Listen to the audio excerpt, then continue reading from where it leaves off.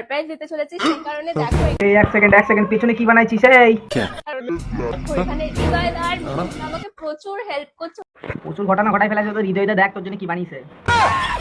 সেই কারণে দেখো এখানে তোমার লিপস্টিক নষ্ট হয়ে যাবে। আর দেখো ওই যে কি করছো তোমরা, নুঙ্কু বানিয়েছে, নুঙ্কু।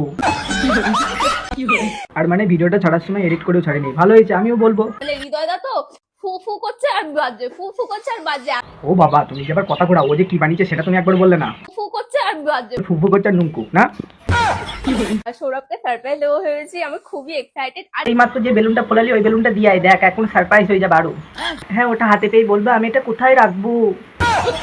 এতে 27টা ওকে গিফট দিতে চলেছি। 27টা না 28টা, ওই যে একটা।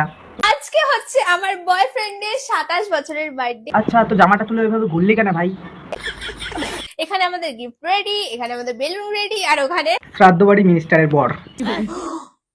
ও মাই গড, ঘটনা ঘটেছে রে। নুঙ্কু বেলুনটা দেখি ফেলেছে। আমি করেছি এটা। ওটা তুই করেছিস? ওটা হৃদয় করেছিস। ওটা মাথা ঘুরে পড়িস না ভাই, বেলুনটাকে তোর একটা অংশে জায়গাতে ভাই। ওয়াও, এটা শাটা ভাঙা। এই তুই কি বললি? ওয়াও, এটা শাটা ভাঙা রিঅ্যাকশন পেয়ে গেছি। এই তার মানে কি ওখানে ঢুকে গেছিলি ভাই? আমরা যাচ্ছি সৌরভকে আনতে, তার আগে কেকটা আনতে হবে। চলে আসো, চলো চলো সবাই সৌরভকে ডেকে আনবো। পাশের এরাও পাগলচুদা হয়ে গেছে, একদম মূর্তি হয়ে গেছে এরা, মানে কিছু বলার ক্ষমতা নেই, যে সবসময় বকতেই থাকে আমার পাশে একে ডাকতে হবে পাল্টা।